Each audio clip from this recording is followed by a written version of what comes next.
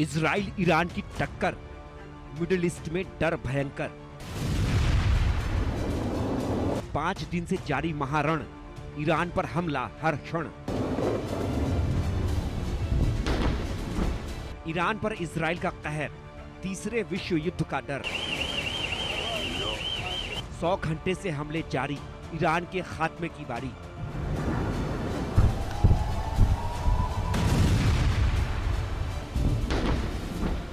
Trump Netanyahu की कसम, Khamenei का सिर कलम।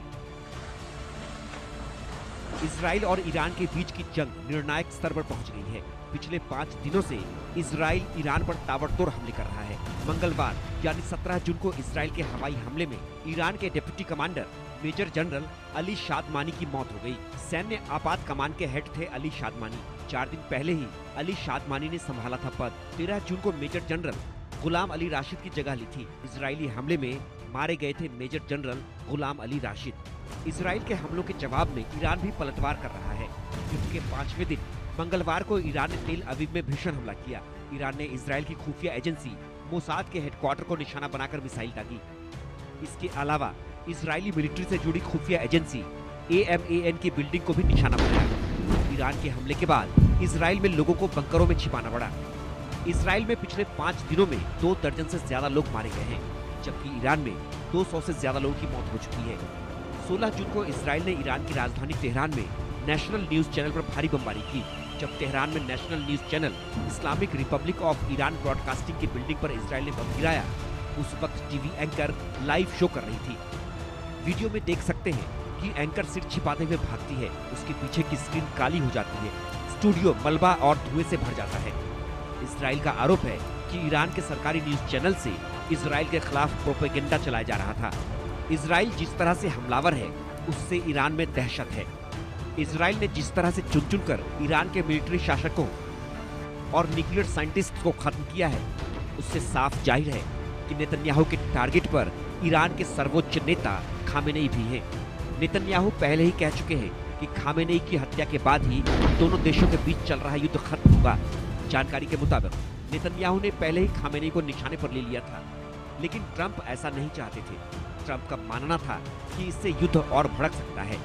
हालांकि कनाडा में G7 को बीच में छोड़कर जिस तरह से ट्रंप वापस अमेरिका लौट गए हैं, उससे किसी बड़े हमले की आशंका बन गई है। ट्रंप के कनाडा से वापस लौटने से पहले तेहरान को तुरंत खाली करने की चेतावनी देना भी किसी बड़ी योजना की ओर इशारा कर रहा है। इजराइल की अपील पर भी अमेरिका अभी तक सीधे तौर पर ईरान के खिलाफ युद्ध में शामिल नहीं हुआ है।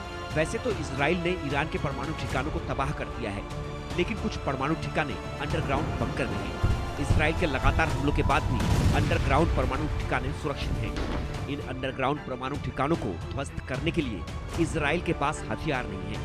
अमेरिका ही है जो ईरान के अंडरग्राउंड परमाणु ठिकानों को B-2 बॉम्बर से तबाह कर सकता है। इजराइल के लगातार हमलों से ईरान में तबाही की तस्वीरें साफ दिख रही हैं। ईरान की सैन्य क्षमता को भी भारी नुकसान पहुंचा है।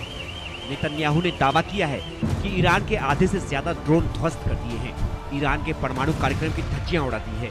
अब खामेनेई का परमाणु का सपना सालों पीछे छूट गया है। लेकिन इजराइल के भीषण हमले से ऐसा लगता है कि नेतन्याहू ईरान के परमाणु कार्यक्रम, बैलिस्टिक मिसाइल क्षमता का पूरा सफाया और खामेनेई के आतंकी गठजोड़ को खत्म करके ही मानेंगे।